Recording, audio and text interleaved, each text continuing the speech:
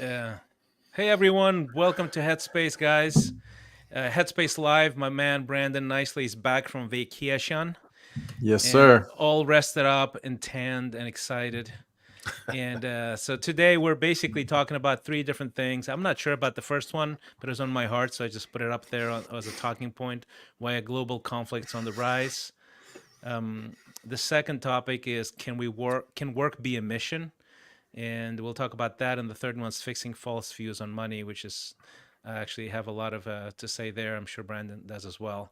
So as always, Headspace Live is unfiltered, unedited, live. This is you get what you get, and we'll and we'll see what happens there. And as always, leave us your comments in the comment section. We're streaming on multiple platforms. Then it goes on audio as well. So let's get the party started.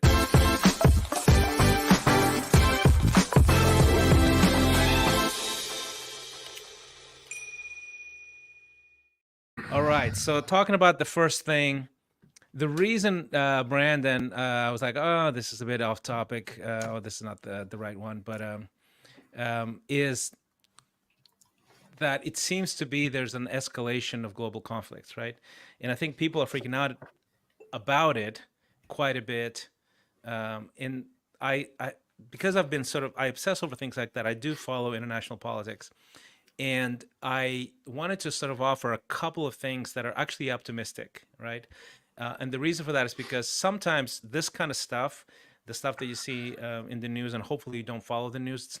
It's not good to follow the news honestly on a regular basis.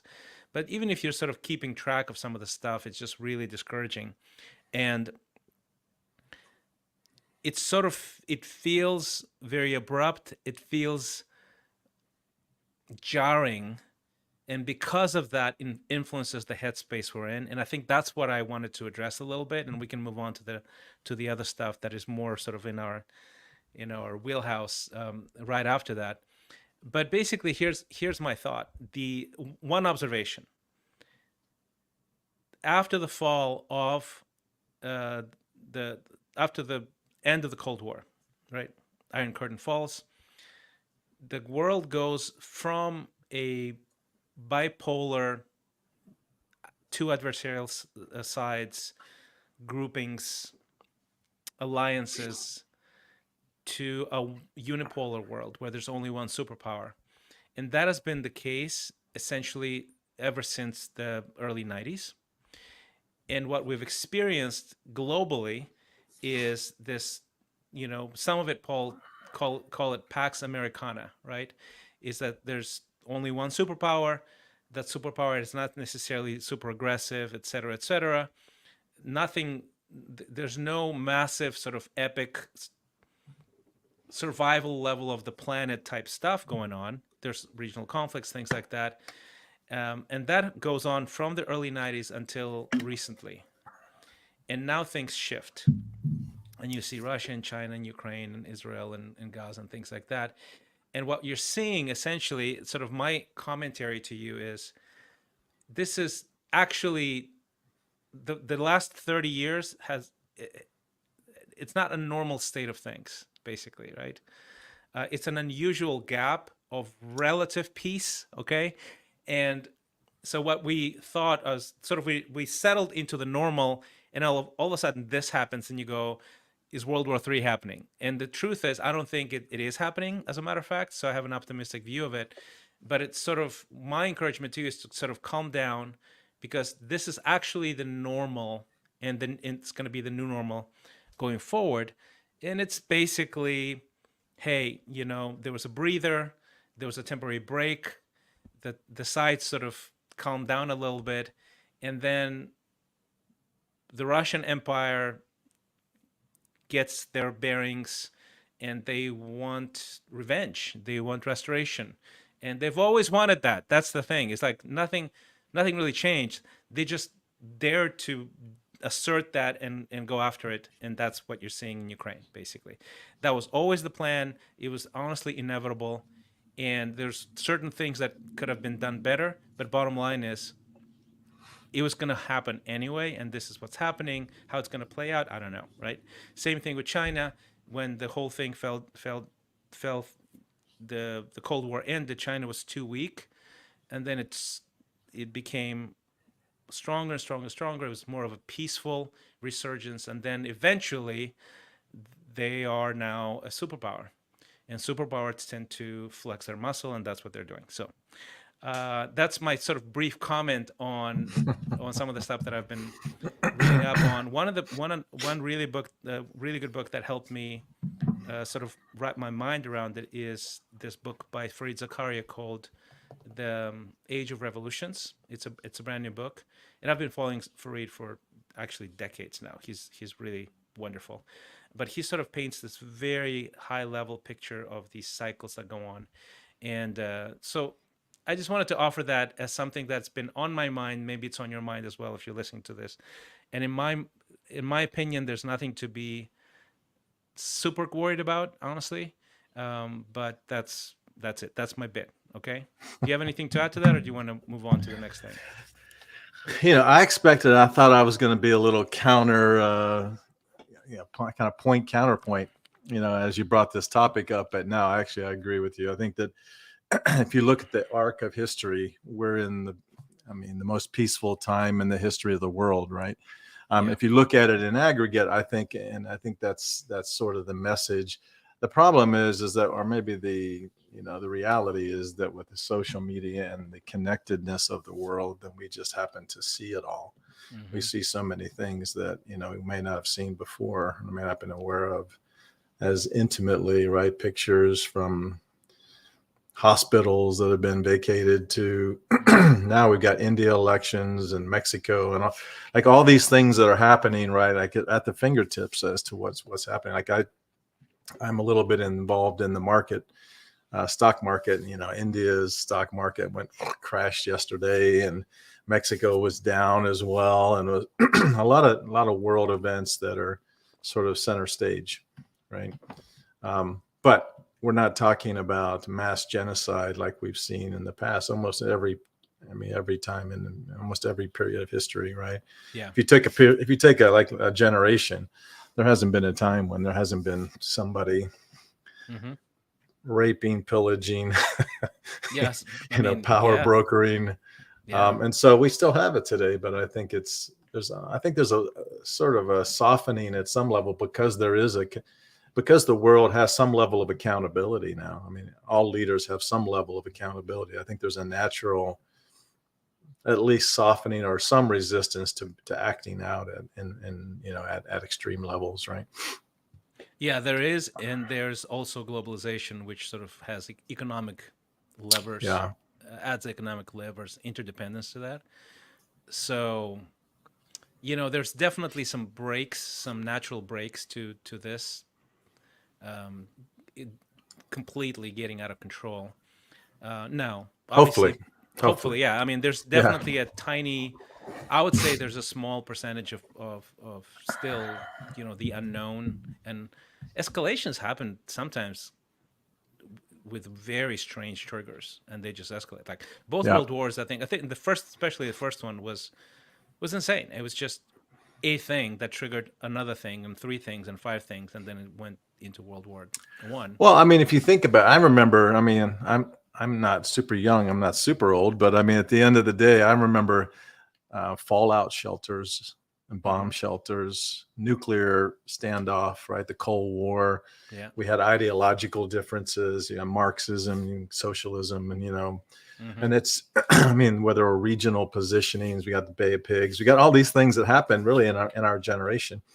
And that was a very different time. The stressors were much higher, I think, at some level because of the risks, and what was in reality, pretty significant geopolitical risk. However, we weren't as intimately aware of all the details, right, that we are today. And so, I do think that in general, we were living in one of the most peaceful times that we can imagine. Although some of those ideological shifts are starting to coagulate, like there are, Yeah. Russia, China, and their forces that are Hmm. by nature sort of lining up. But still, I think we're in great times of peace. Yeah. Don't know that it'll last forever, but we certainly enjoy the time while we have it. True. All right. Well, let's move on to the next thing. I just wanted to get that off my chest because, and recommend a good book. Well, you're like a global guy. I mean, you know, I am. Yeah, I do follow this you're like, stuff. Yeah. hey, and I actually, to that point, I think your recent book is something you should mention. I mean, just Yeah. what you're up to, because ultimately, I've been watching the chapters released, right, and I think it's fantastic. Matter of fact, was I, where was I? I was on vacation, right? I was Uh-huh. in Miami or Little Cuba, and Little Havana, right, and I was talking to um, somebody who was from Cuba, Yeah. and I was like, she was so passionate. It was actually, you know where it was? It was in a Ritz Carlton, in Okay. a great little. We were getting a little drink with my wife, you know, and um, this waitress was a very attractive woman. We started talking to her, and she's from Cuba, and she was all fired up. She's like, "Oh, the Cuba, they brainwash you," and I thought America was terrible, and she got into. She was on fire. And I'm like, you know what, Christian, what you should do is interview some of these people who are immigrants, first A generation hundred immigrants. percent. Yeah. How great to capture, if you could capture that woman's passion on Yeah. on on video. I'm telling you, we ought to be ashamed as some of our Americans, our posture and our attitudes as Americans, because she was pro American as you can be. And I Yeah. think that there's something to be said for that perspective. Like, we That lose is. perspective, right? Yep. You have a unique perspective, and in writing this book, I think it's called A Little Book. It's What was called it? Little What's it Book. called? It's called Little Book of Big Reasons to Love America, and I'm going to Yeah, put the Christian Ray yeah. Forrest the URL. You can find it. It's a So, tab there where I'm releasing it chapter by chapter, like rough drafts, right? First drafts, which is kind of cool mhm, because it's unfiltered. yeah. But yeah, but the birth of it, the genesis of it was, I I would say to Deb things like that all the time, just like that woman, right? I think Mhm. anyone, any immigrant that came, especially from post-Marxist spaces, we all have very strong feelings Yeah. about Marxist ideologies sort of creeping their way into American mainstream culture, and also all of us have a huge appreciation and respect for America, love for America, and we sort of really are in awe, in a bad way, in awe of people sort of bad mouthing America, inside America, right? We go on. There's a lot of national sins. There's a lot of massive errors and dysfunctions that were caused by American missteps, but the pros, the gift that America has become to the world cannot be overstated, and people just really don't even mention it, which is just not fair. So the book was born out of that, and basically I have 10 reasons to love America, and I sort of weave in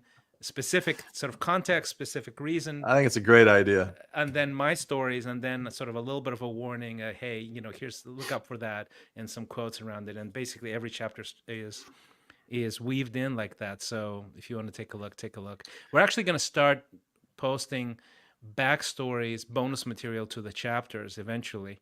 So the idea is that That's what I'm talking about. I'm like, this yeah, is yeah, my one yeah, contribution yeah, is you have to interview, just pick yeah. regions of the world. Get people to volunteer. They'd be happy to volunteer to be interviewed I on should I should do that. a Yeah. call. I mean, because once you get the story of the reasons why, I mean, this woman went on and on about her mother. Now her mother's coming from Cuba, Hmm. but how, all of the work that was done to keep her from being able to be reunited with her It's family, just and awful. oh my Yeah, gosh, it is horrible awful. stories Yeah, of death in the families trying to get here, and just so yeah, anyway, I mean, I think the picture worth 1,000 words. You should have video clips. This would be my 5-minute interview with yeah. first generation immigrants.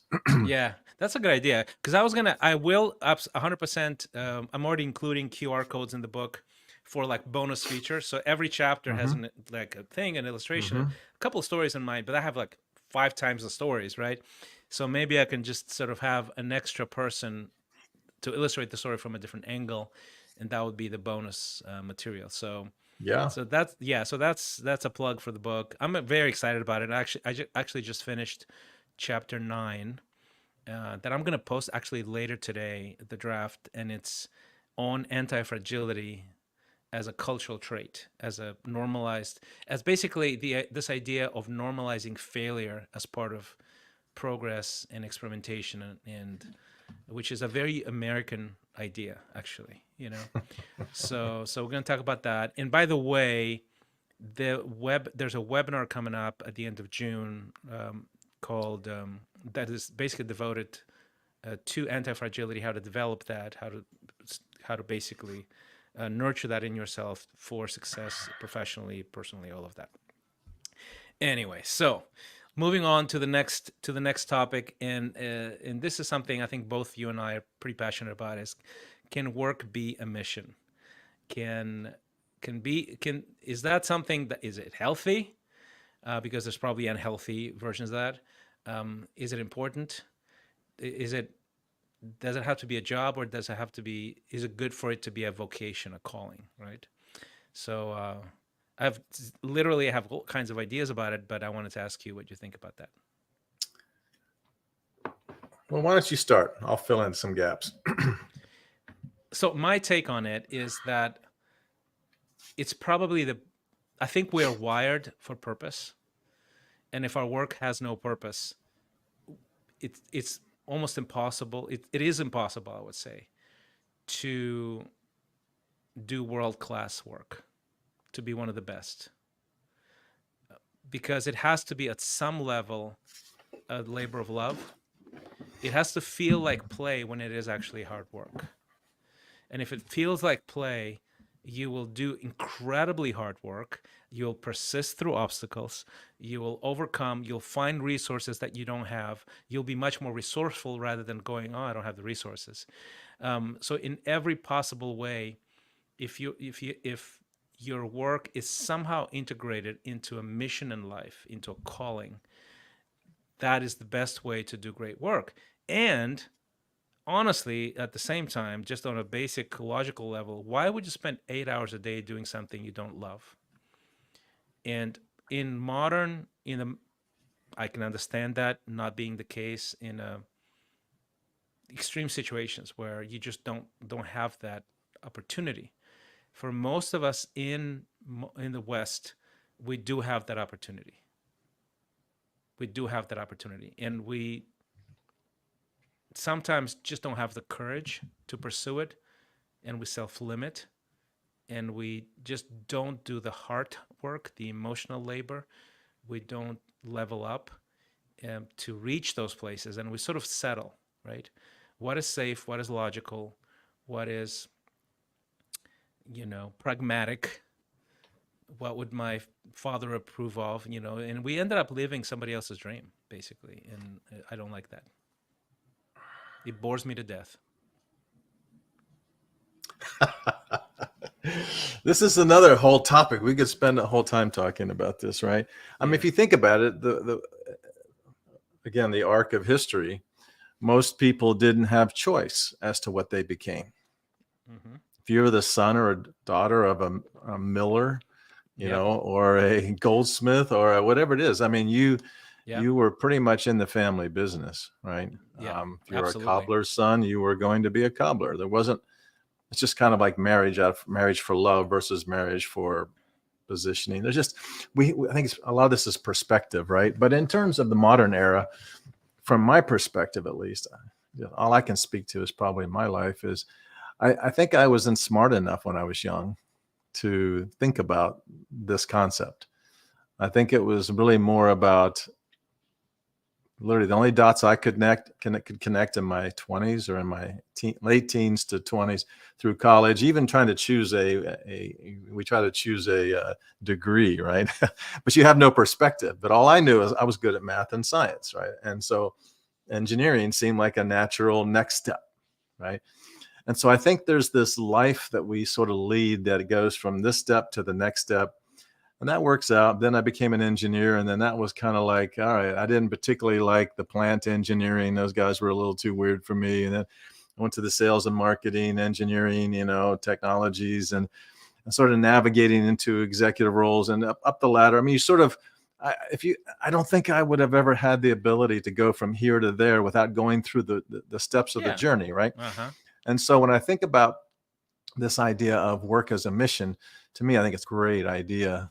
And I think that, it requires looking back. I mean, to me, I think there's wisdom in looking back. Absolutely. And be able to mentor other people. that to me, I'm like, now when you get to a certain, when you're in your maybe late 30s, early 40s, then you have sort of that reset, right? The great reset where you're kind of like, okay, is this what I want to be doing the rest of my life?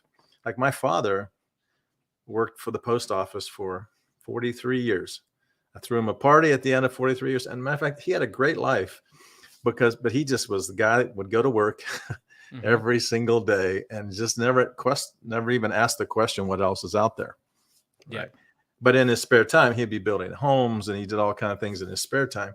Like you and I think we have an integrated life where I think our work and our mission, we like to True. be able to integrate those things. Right. But I think from my perspective now, it's like, when you get to a certain age, you're able to have the freedom, I think, at some level and perspective. So I think I there's think so. two Yeah. things there that really allow you to sort of have. But once you get to that point, or even if some people are more, especially 20-year-olds these days, are a little more conscious, I think, of what they're up to and why. And so they have the opportunity. And I heard a lot of folks talk about, their passions. And so like ultimately, I think that we have to, I think there's a combination of passion and capability, Yeah, absolutely. And those two things, right? marketplace will tell you. Yeah. You So know. help me understand what you think, Mick. I love the idea of being able to integrate. Like I Yeah. love what we do, be able to help young entrepreneurs and help basically people in general, that are kind of masters of their people who are trying to optimize their life, right? I mean, um, how to be high performance, well balanced people that live a great life, right? I mean, Yeah. that's kind of the challenge. So I'm curious, like, what are your like as you think about mission? Even so, just maybe let's dig into this a little bit, another layer. Well, it seems to me, for example, that let's say your dad, right, was in the post office. That can be a mission. Your mission could be to greet people and make their life experience in your office as they uh, to be just delightful, to delight people every single day when they send their postage. That's one way of doing it. And so I don't believe in this grandiose picture for everybody, right? That's not what I'm thinking. I think small things with great love, that's a mission, right? And I can think of, let's say, potentially being the son of a carpenter or of a farmer, Mm-hmm. and having sort of this respect for my father and his craft and his business and his clientele, and aspiring to be as good at as he is and taking over one day. And to me, that's a very missional, very passionate, very intentional way of doing things. Um, and obviously, you don't want to over romanticize something. I'm sure there are many sons of carpenters and farmers who just resented the whole thing, right? Um, and Yes, yet, right? especially their kids Yes, the kids, yeah. Uh, that don't want to work on the farm or the yeah, ranch. yeah, Yeah. absolutely. I mean, my dad was a mechanical engineer, and he would work on cars and engines all the time, right? So he had like two boats, and like at least one of the boats, the engine was always disassembled, like in a barrel of water, and he was trying to do things and whatever. And then he had like a couple of cars, and he would have one of the cars like raised, and he was like, Christian, come over here, and he would like pull me under the car and show me the stuff under the car, and he would be so excited about it. And he's just awesome. Like, he's to this day can build things, works with his hands Mm-hmm. every single day. I think he was I tell the story a lot. We were in Los Angeles at the time, and we had this big pool, and we didn't want to run the heater because it was actually a very large pool, and it would be probably prohibitive to keep it warm the whole time. It was like a lap pool, right? So big. And he looked at it and he goes, "Hey, if you give me like a month, I'll create a solar um, heating system where from your roof it heats up these tubes, and it will heat your pool." And to me, I would be in awe of him, because he would do that endlessly. He would create things and projects like that and be able to do this with his hands. And when he pulled me under the car when I was 9 years old or whatever, I would just sit there going, "This nothing of this resonates with me at all." Like it's just no. But music did, right? So Mm-hmm. uh, and to me, I think you're right. I think looking back, now that we're in this unique period in history where you can serve people with zero boundaries globally, and you can do it really, really well, and you can have direct access to clients. The marketplace is massive.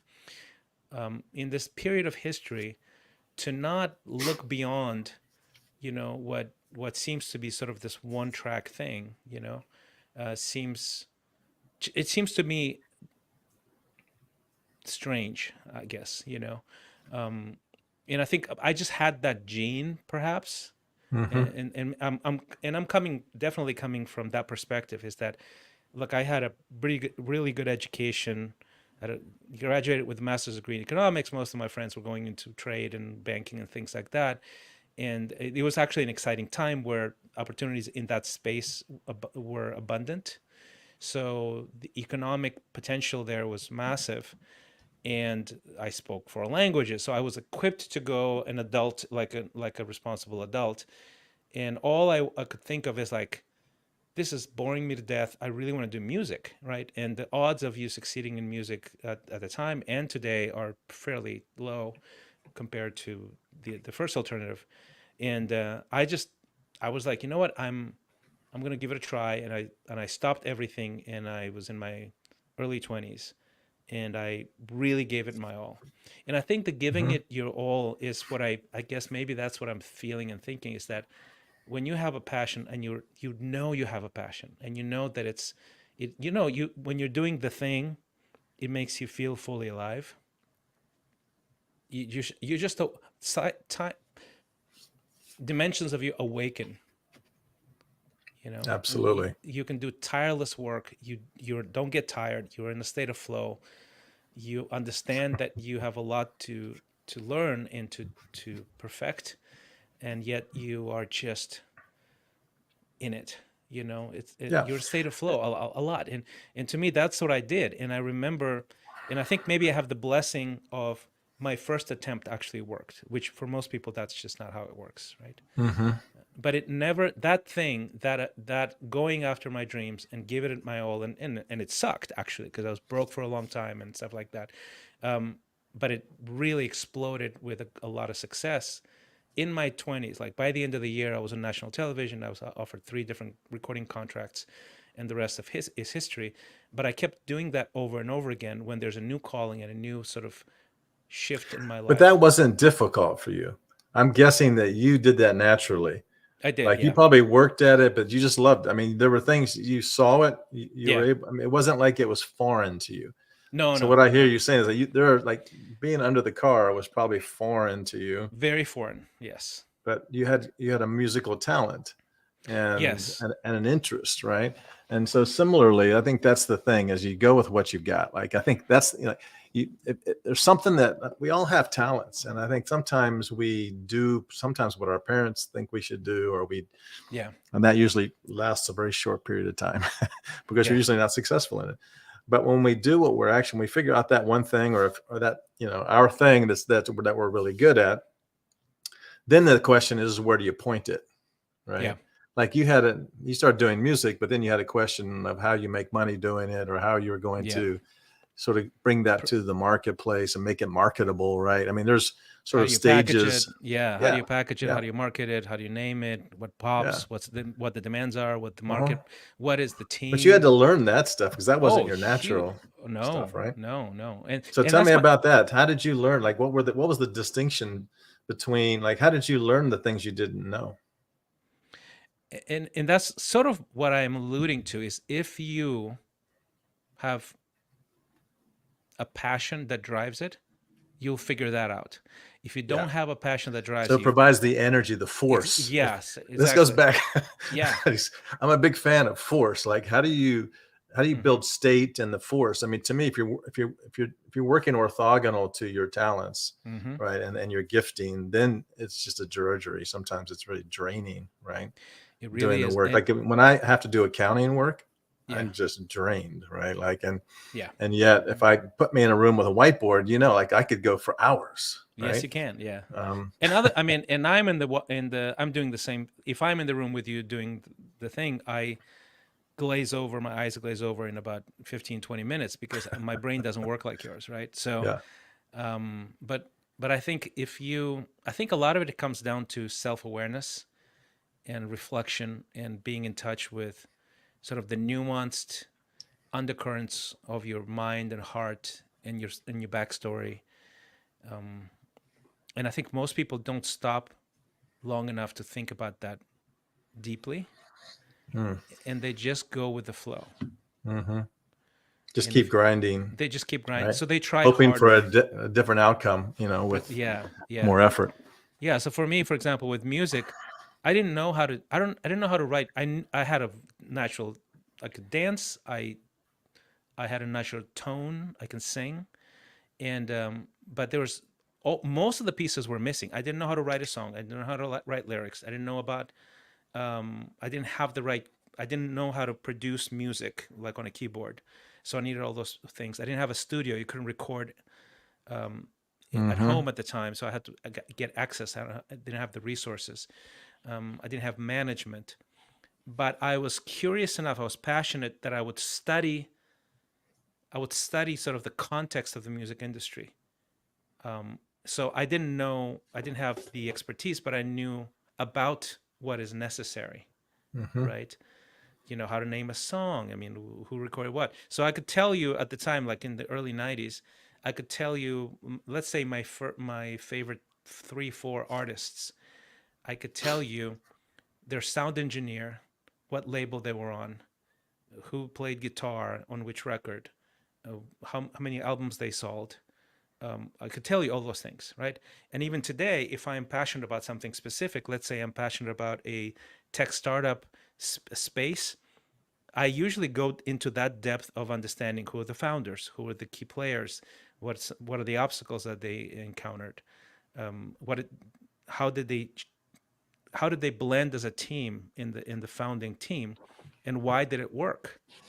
What was the original intent of of an app or a service?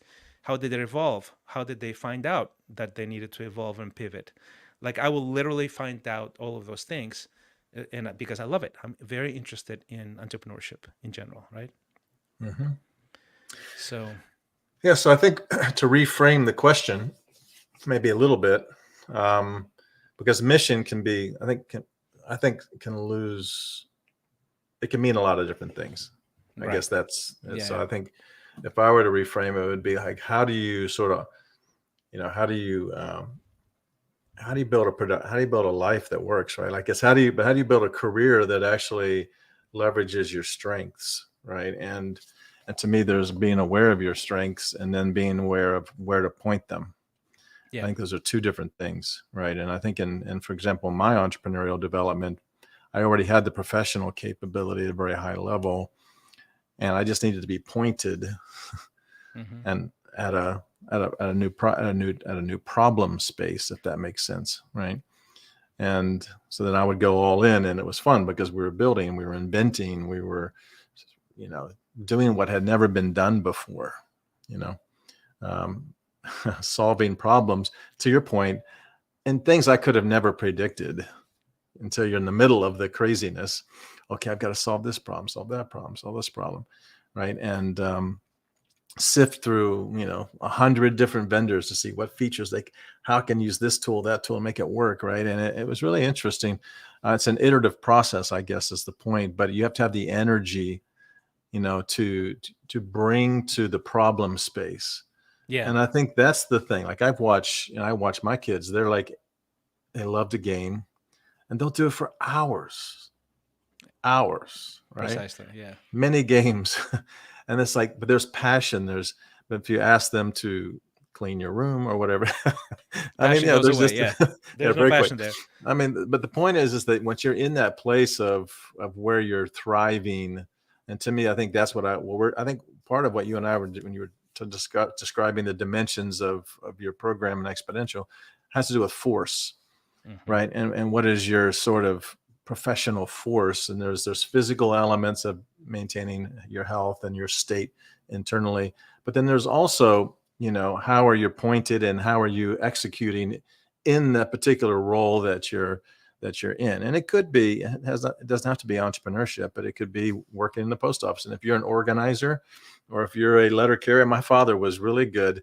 He knew everybody on his route. Like there wasn't anybody he didn't know, and everybody loved him. Yes. And he was not a social guy. I mean, I don't think we ever had anybody in our home hardly growing up. I mean, but he was so social on the job. He met, he talked to people. They thought he was, they were his best friend. And so that was a gifting there that he certainly got filled up by the human interaction, right? And with just bringing them their mail, right? The service of, and then there would always be, a little gossip here and there. He ended up, connecting and really loving a lot of people. So I think, I don't know if it's rather the mission. It's more of, I think there's something where what you do well, and do it in a space that you can actually make a difference. I think we all feel better when we make progress or when we help somebody else. That's the fundamental human part of us, that we do best when we're in service. That makes sense, right? In service to others. That's like the highest calling, is to be in service. And the question is how can what you do be used in service, right, to others, or whatever it is that sort of allows for progress to be had, either internal progress or, also I think in your ecosystem, adding value to your friends, family, whatever it is, right? Yeah. Yeah, I think so too. I mean, and bottom line is, I think if you feel called, you'll figure it out. That's really the core idea in my, and we don't, the thing is, we're afraid to feel called because that requires risk and skin in the game. Scary. It's scary. Especially, it really again, is. what you chose. Yeah, I mean, that was crazy. lots of people love music, but how many people are willing to make a career out of it? I think a lot of 20-year-olds that want to and have the intention, but very, very, very few of them would have the capability to actually execute. And in the same way, in the entrepreneurial world, there's very, very few founders that actually make it. Lots of people would like the idea of starting a business. Well, I think entrepreneurship is these are the artists in business. Same thing. Entrepreneurs are artists, 100%. They create something that wasn't definitely there the creatives, right? Yeah.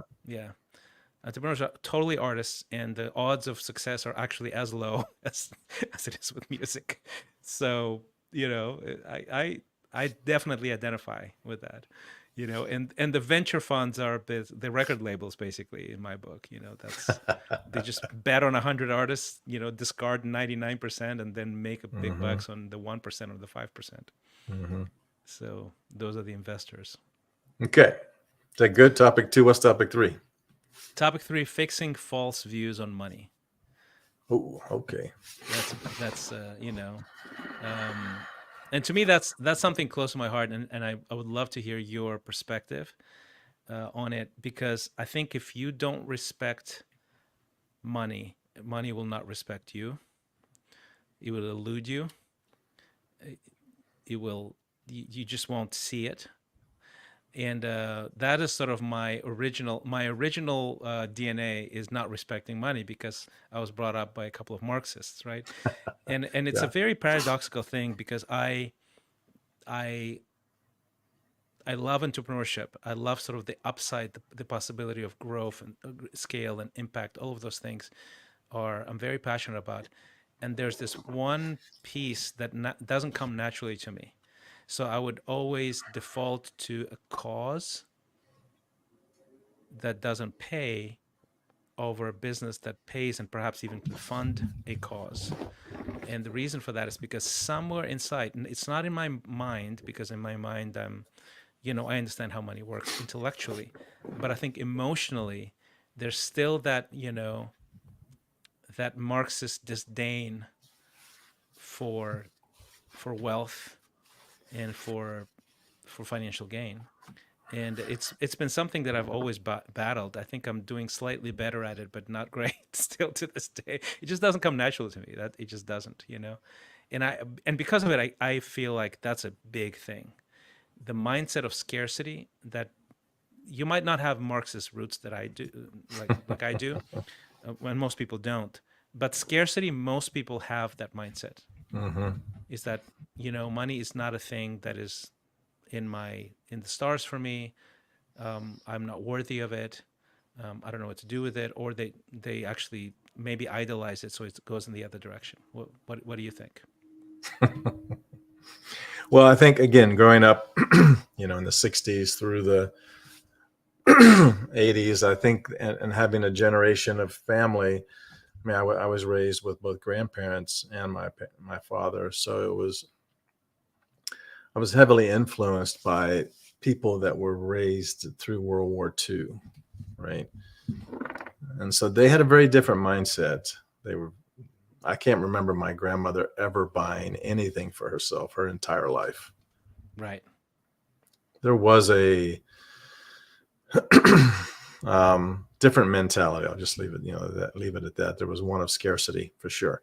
So I was trained in scarcity as well, even though I wasn't a Marxist Hmm. or did come from that environment. I came from a very much a Cold War mentality that this could Yeah. be taken away any moment, and so you should Yeah. be careful at some level with everything that you spend.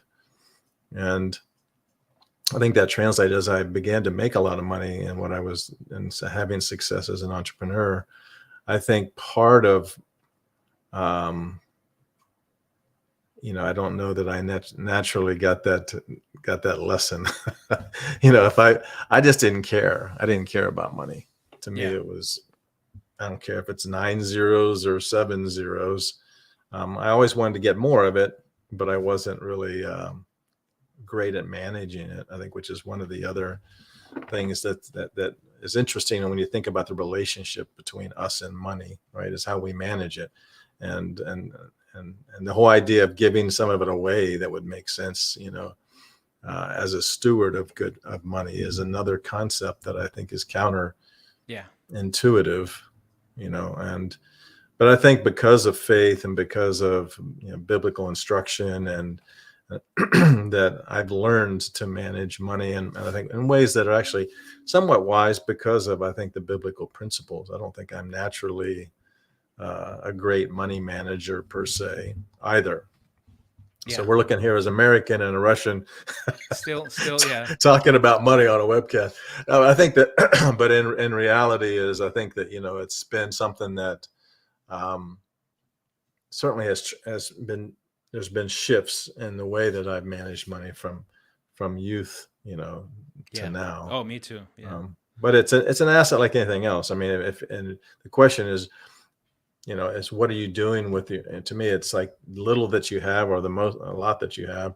What are you doing with it? It's like money is meant to be used, and if the money is flowing, then it's almost like a river versus a pond, right? You can put it in Yeah. a pond and it doesn't do anything. But if you're actually moving the money, whether it be giving it to someone or investing in it, then it has the ability to actually, create.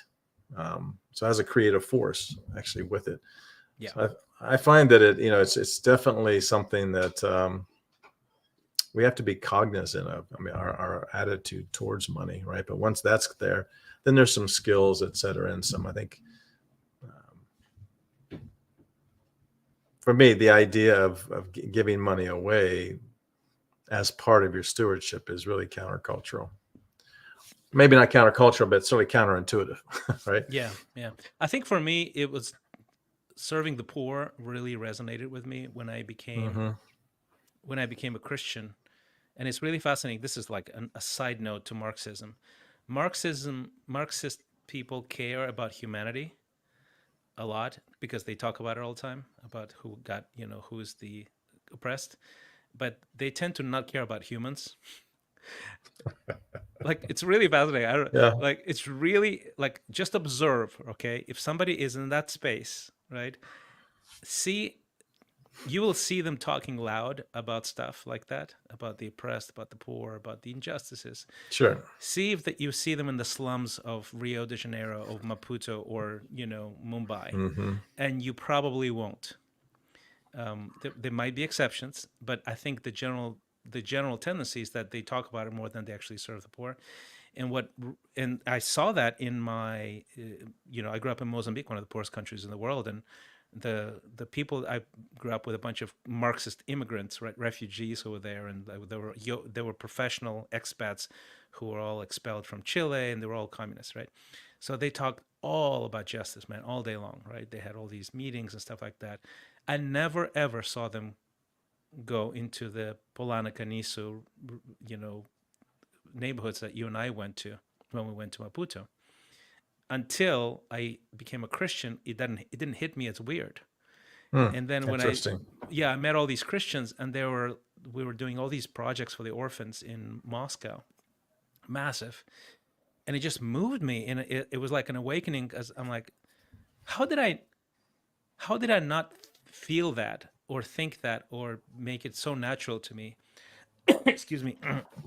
Until I became a follower of Jesus, right? And then after that, it was an awakening, and I never could get rid of it. So I never stopped creating sort of and initiating philanthropic um, initiatives ever since that, for 27 years now. Hmm. And so now we have the Ascend Academy in Mozambique, which is sort of that is active, has been active for a few years now, and it's such a joy. It gives me so much joy to do that.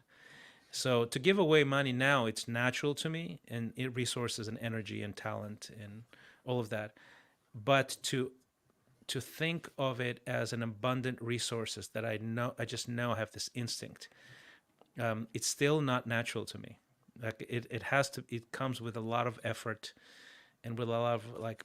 I have to sort of break my internal neural pathways to do that. It's the weirdest thing, and it doesn't make any sense because I love entrepreneurship, right? Well, I think that, you know, like it's true though. There's a lot of people who have ideological stances on helping the poor versus those who actually serve the poor that Yeah, have the heart, you yeah, know, to serve the poor. Um, yeah. So I don't know that, you know, I think that it's an interesting thing. People talk a lot about the role, their sort of psychological uh, posture relative to money, but I haven't, it's not been something that I've actually done a lot of work in, you know, so I think I have some perspectives, but I don't know that I'm particularly bent one way or the other. Um, I like money. I think it's useful. And yeah, I think it's abundant. I mean, there's a lot of, that's the other thing. I guess one perspective I would give is that, like, when we were raising capital, as in my first sort of big gig that we actually did institutional raise, where it's, you know, we raised $60 million. And so I was like, 60 million. I couldn't even count to a million. I mean, I couldn't yeah, conceive of a million, right? right. And we raised $60 million. That changes the way you think of numbers, right? And at the time, Of I was access to sitting on, I don't capital. know, more than a dozen advisory boards in Silicon Valley. And I was getting, you know, 50,000 shares here, and they were a couple exits that were worth, I think there was 5 of them that were worth over 5 billion each. It was crazy. It was like during the days of, you know, technology innovation and fiber optics and telecommunications. And I think that what was interesting there was that, you know, I would get a couple $1 million here, a couple $1 million there as part of gifts, Yeah, almost, for just being able to yeah, provide guidance to people. And, you know, to me, it seems crazy now looking back on it. You know, I wish I'd have managed that a little bit better. But I think in general, I didn't care. I mean, it was sort of, it was nebulous. It didn't really, it was seemed like the money was in the air, and it was just yeah, part of the fuel, you know, for what you're up to. And I think that's true. I think that it was very, it fueled what we were up to and allowed us to build. But I think a lot of times entrepreneurs, if they don't have the right perspective with money, don't realize that it's not just about passion. Because if you run out of money, you're just like losing, like running out of blood in your body. You exactly. you don't operate anymore. You know, so the idea of cash flow management is something that you have to actually have your you know, hands wrapped around. But back in those days, people were buying, you know, the Aeron chairs and all. Everybody was, you know, spending I mean, somewhat radically, actually. And so when somebody gives you a check for $60 million, I think we actually managed it pretty well. But I had no clue what that was. You know, to me, I just, you know, it was a different perspective. But now I think after you make 50 or 60 million, or get to 100, or the billionaires in this world, right? Then I think that at some level, it's just really hard to get your head wrapped around sort of the individual value of that. I think it's an interesting thing. I haven't had that problem yet, Yeah. but I just know from a perspective of coming from as a country boy from middle of nowhere. My father, it was always fun and culturally when I would try to speak to my father about what I did. Mm-hmm. He would just, kind of like you would glaze over and 50. I could never talk to him about what I did. Matter of fact, I think he was very proud of me, probably as an engineer going to college or whatever. The point was, a few things he could he could say, yeah, there's something that I understand. But for Yeah. the most part, he had no clue what I did, what I was doing. He just wanted me to get a job. Precisely. So there's all kinds of dimension, and that's sort of, I guess that's my point, fixing false views on money, because it could be money is evil. That's one sort of story, and if you think that way, you're going to end up a certain way, right? And I think that's sort of my root, is that anybody with money is an exploiter, right? Which I don't believe that, but because the context is, there's like this underlying thing in your bones, in your cultural DNA, you sort of stay away from it, even though intellectually you understand that that's not the thing. The other construct is you need a job. You need a job. You can't be an entrepreneur. It's almost like going in the music industry, right? Like, Yeah. why would you go in the music industry? Get a job. Stability, predictability, safety is the narrative. And then if you come from that standpoint, doing something with an upside that, hey, you risk some, you definitely take a lot of risks, but the upside is infinite. It seems unfathomable for someone like that, right? Mm-hmm. And then from the perspective of let's say a serial entrepreneur who just they live for the game. And so I've seen a lot of that where people are like, hey, we're going to do this. And it's a freewheeling sort of cowboy, sort of dimension where they don't respect their investors. They don't watch their burn rate.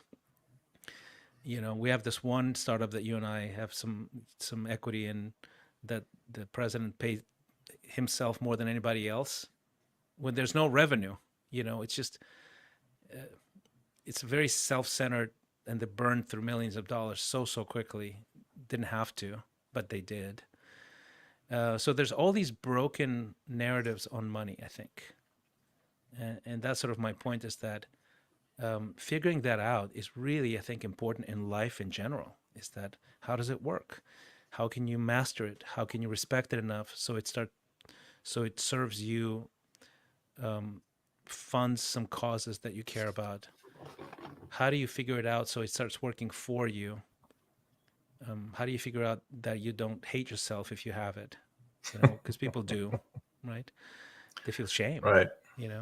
All those broken narratives are terrible, and I think money is a great tool. It's a resource. We need to respect it, and it will respect you. And it's worth the effort to fine tune yourself into what is it that's driving you about money that is off. And it's off because you see the fruit, Anyway, it could be a little vague what I'm saying, but I think there's something there. Well, and then I think on a macro level, when you look at how do you address these kinds of issues, because at the end of the day, most of us have blindness to ourselves, and we don't see it.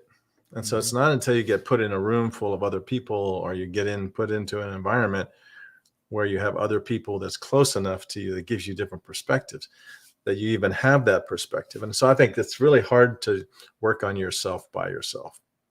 True. So fundamentally, that's why I'm a fan of what you're up to, because you've got a group of people that care enough to actually talk about issues that are really important, as opposed to sitting around trying to figure it out. Because I can tell you, I'm not the dumbest guy in the room, but when it comes to trying to change yourself, or trying to even identify the changes that's needed, that are needed, you need other people. And I think in our relationship, that's been, key for me, has been, and for me, for other people as well, I think, is that you have to be able to have everything's relative at some level. You have to have people who can speak into your life and that can give you perspectives or help you identify perspectives in areas and dimensions that you don't see. So I think in general, blindness, you know, just we all have blinders, right? We have things that we know, and we have things that we know that we don't know. But then it's the what we don't know that we don't know, the That is blind the spots worst. Yeah, by that's the definition. worst. Yeah. We're not going to be able to figure those things out. Like you can't sit there and actually figure it out. You're right, and I think, and I want to echo that because even was it yesterday, the day before yesterday, you and I had dinner with our wives, and you pointed out something to me about even Xponential that I was missing, and I'm focusing on Xponential, right? I'm really excited about the community. I think Mhm. people are having a lot of success with it with the coaching program, and you're like, dude, why don't you do this? And I'm like, I don't know, because I'm busy, and you go, it takes like a few seconds. There's no, that's not an excuse, right? And to me, I was so grateful because I'm like, so this points to a very important piece, which I think you're alluding to, which is go deep with people, invest in people who can make you better. Because if you have the privilege of having their attention in your life, their presence, and their pair of eyes, expertise, all of that on your life and on your journey, that is the biggest treasure. There's just nothing better than that. And Exponential is about a tribe of people who really want to be world changers. And we all have our blind spots and our faults and our blind spots, but walking together and investing deeply, going deep with people that are high quality, it is there's there's not many things in life that offer a bigger upside to that. Mhm. Because multiply that one conversation you and I had, and I literally went home and started the thing that you advised me to do, like that night. Mhm. Um, and that happens all the time in our circles, right? Mhm. But if you don't have this persistent rhythm with people who are up to something, and that they don't look over your shoulder and go, "Hey, have you thought of this? Have you talked to this person? Have you tried that? You can change this and tweak that." Um, most people don't have that actually. Yeah. They really Professional don't. and personal growth, I think, is what Yeah. we're talking about. All these topics, have to do with our perspective. And, personal and professional growth only happens, I think, with other people. Because, listen, I've lived with myself in front of the mirror for Right. Yeah. a good number of decades, right? And if I haven't changed it by now, I'm probably not going to change it on my own. But it's always been substantive conversations with you or other people that actually, or even, thoughts that come from books or come from Yeah. speeches or come from YouTube, or, it's like things that provoke us to think differently. And I think that's what's really interesting is how do you put yourself in an environment of people? Let me just tell you, people that are really top-notch people that are up to similar things, both personally and professionally. That's the magic. And that's something, I know people like Steve Jobs, who was known for, he talks about getting A people on a team, and it's self-regulating. Right. And I think that's the thing that's really exciting about what I think you're building. And if you invest in those people and the dynamic of helping them help each other, that's going to be the thing that I think adds as much value as the content long term. Yeah, I think so too. I think so. It's the ecosystem play, and it's about the friend blend, right? That is the highest Yeah. level But you're of. providing a platform to go beyond, like typical, we can sit around, have wine and cheese together or Oh whatever, yeah. or watch Oh yeah. football. But at Yeah. the end of the day, that's not going to get a lot of, that's No. good. No. It's No. always No. fun. But when you sit and you have a platform and you have a language that That's you've right. created, there's a language and there's an intentionality and then there's a purpose and then people are open and they're humble and they're, to Hmm. me, that's where the magic can really happen in minutes. The magic in minutes versus years of True. True. um, Yeah.